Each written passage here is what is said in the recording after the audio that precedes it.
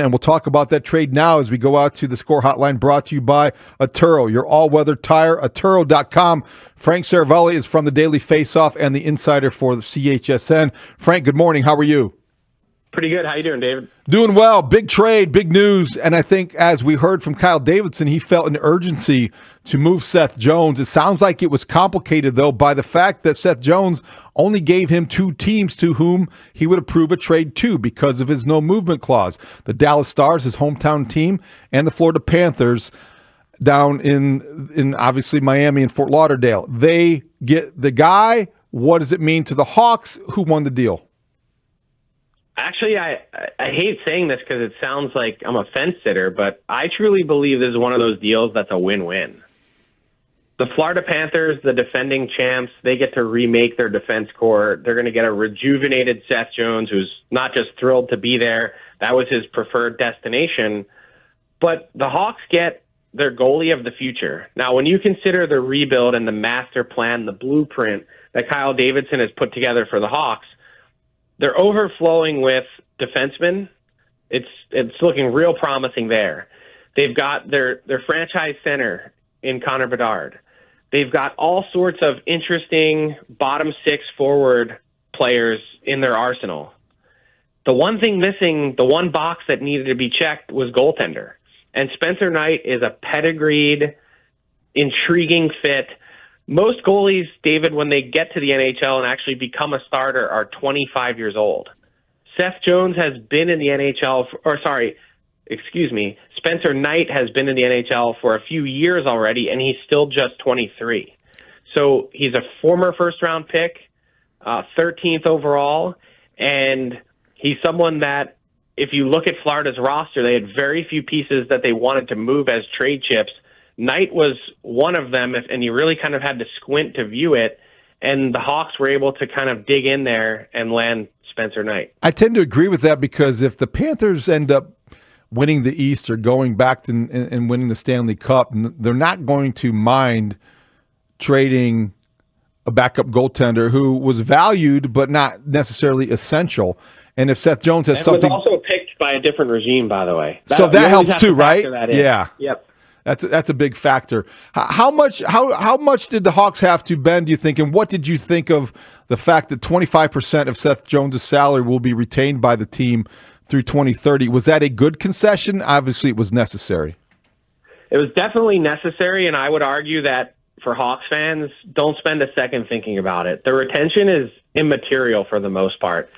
The NHL and NHLPA already announced and agreed to salary cap numbers for the next 3 seasons.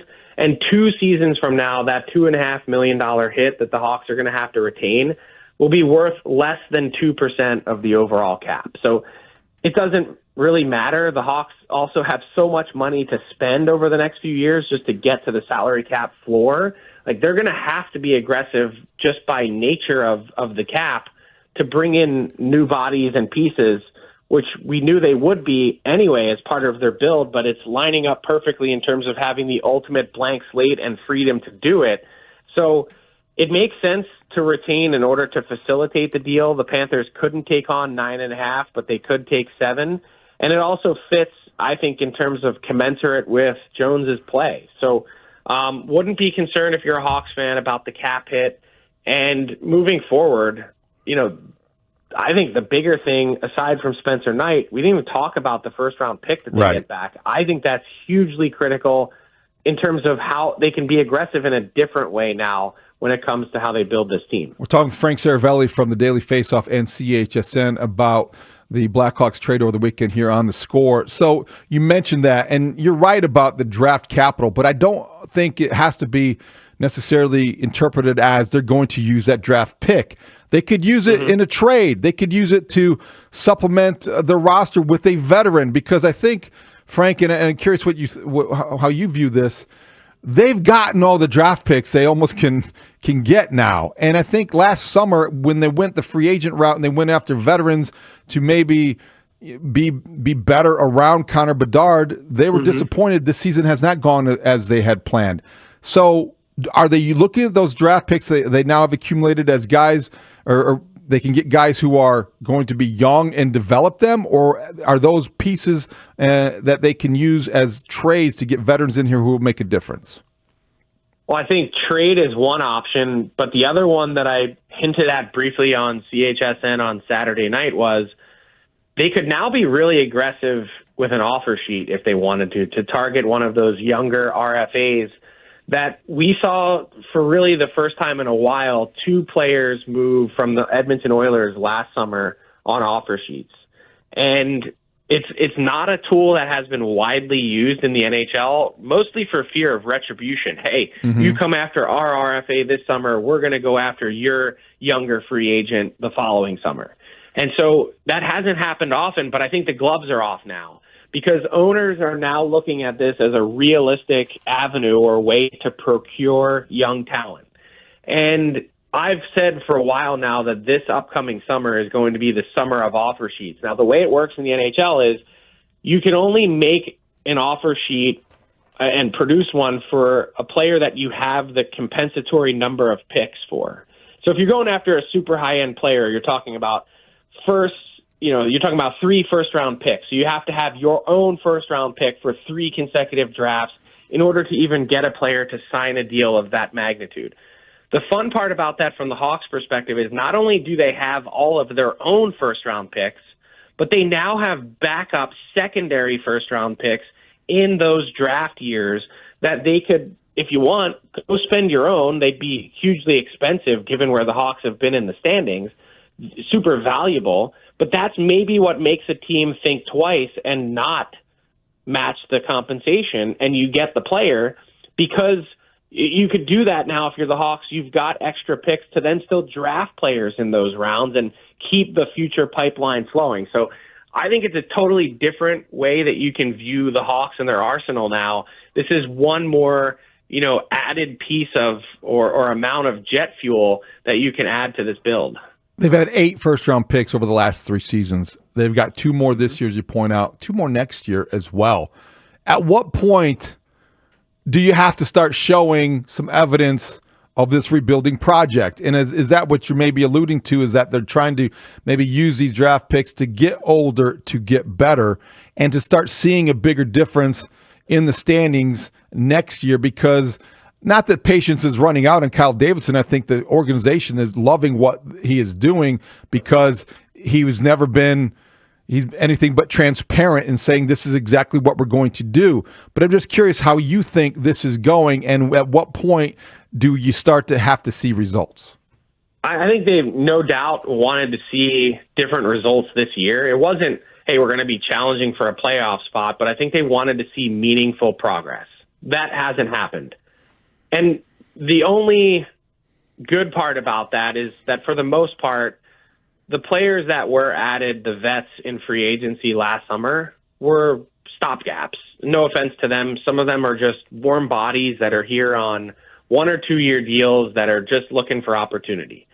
So the good part is no harm in that sense. They're not long-term fixtures, and you've got the ability to easily move on from them. On the other hand, you mentioned and you used the word evidence, and I think evidence is such a key word here because I see evidence. You just don't see it at the NHL level. I watch Sam Rinzel playing for Minnesota. I see Artem Levshunov and his development in Rockford. Everyone can see now Frank Nazar and some of the things that he's beginning to put together in his game.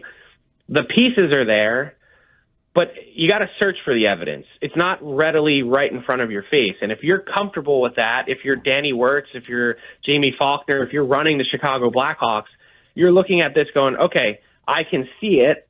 Now it's a process of graduating those players to the NHL, which just takes time. And how can we properly supplement them? It's funny because everyone talks, David, about, hey, the Hawks need to go out and get difference makers. And I'm going, what are we, going to McDonald's and going through the drive-thru and ordering them like they're chicken nuggets? That's not how it works. You can't do that. So they've got to work through this. Difference makers, just like the NBA, they're hard to find in the NHL. They're harder to acquire, certainly than the NBA. So you can want to and you can plan and you can plot, But it's going to take also, in addition to some thinking, some good fortune in order to pull that off. So the Hawks scored 6 goals the other night in a victory after this trade was made. Very interesting out in Anaheim to see that happen, and sort of an offensive explosion by their standards. And yet, Connor Bedard did not have a point, did not have a goal or an assist. And you wonder if he's going through another one of those slumps that he didn't really experience last year very much. I know it's year 2 and he's on the way to making all kinds of history as a teenager, but I think he would be the first to tell you maybe he expected more this year. How does this season finish so you end it in a way that the arrow is pointing up for Connor Bedard? It's always going to be pointing up, Frank, but you know what I mean, that he can finish with a little bit of momentum. I think just increased production. It's going to be hard to come by, but sometimes at this time of year, too, when you know the teams are way out of it, and you've got playoff teams that are really gearing up for a long run, you can catch some teams sleeping. So what would be a reasonable measure of success for Bedard in year 2, as this has been a grind? It has been tough. He's now gone through a coaching change. He added a letter to his sweater for Saturday's game in Anaheim with the A for alternate captain. That should be the goal over these last 22 games. Top last year's number. In goals, he's 6 away. In points, he's 12 away. Increase, even if it's just on paper. Find a way to stack this year on top of last year. Win more faceoffs down the stretch. Little facets of his game, things that he had talked about that he wanted to be better in. It hasn't been perfect. It has not gone smoothly or swimmingly at times. And I think there's been lots of questions. Hey, watch Macklin Celebrini in San Jose, the next number 1 overall pick. Look how different that team's below the Hawks in the standings. Look how different the vibes are there. When you mentioned scored 6 in Anaheim, by the way, that Anaheim team had been playing really well of late, and they were challenging for a playoff spot. It's not a surprise to me because I think the vibes have not been good in this Blackhawk room. Right. And you watch San Jose, a team below them in the standings, they've looked like they've had a blast all season long and fun. And I'd like to see the Hawks get back to that. I don't know how they do it. I don't know if it means moving on from some more veteran or grumpy players, if there are any that are playing out this string this season.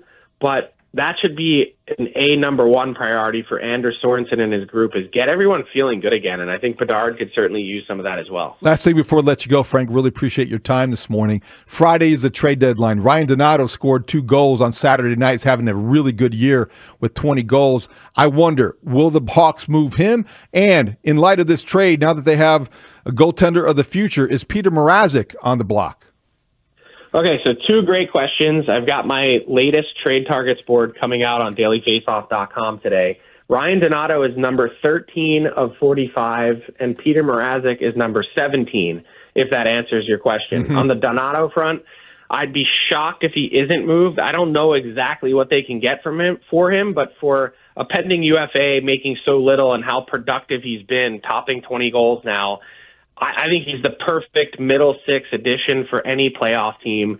And Peter Mrazek, they've quickly run out of space. If Laurent Brossoit was healthy, the Hawks have 4 NHL quality goaltenders. Mrazek and Brossoit are not part of the future. It's going to be Spencer Knight and Arvid Soderblom.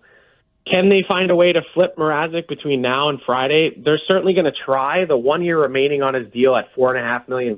It is a little bit rich. And the other thing to consider is that the Hawks are now out of salary retention spots after the Jones deal. So they'd have to maybe find a third-party broker, and maybe that's enough to interest a team if you can get Mrazek at $275 for next year as well. That's a pretty reliable goalie for that number. So I think they're going to try. No promises, though, but definitely in the mix. Great stuff, Frank. Really appreciate your time this morning. David, have a good week.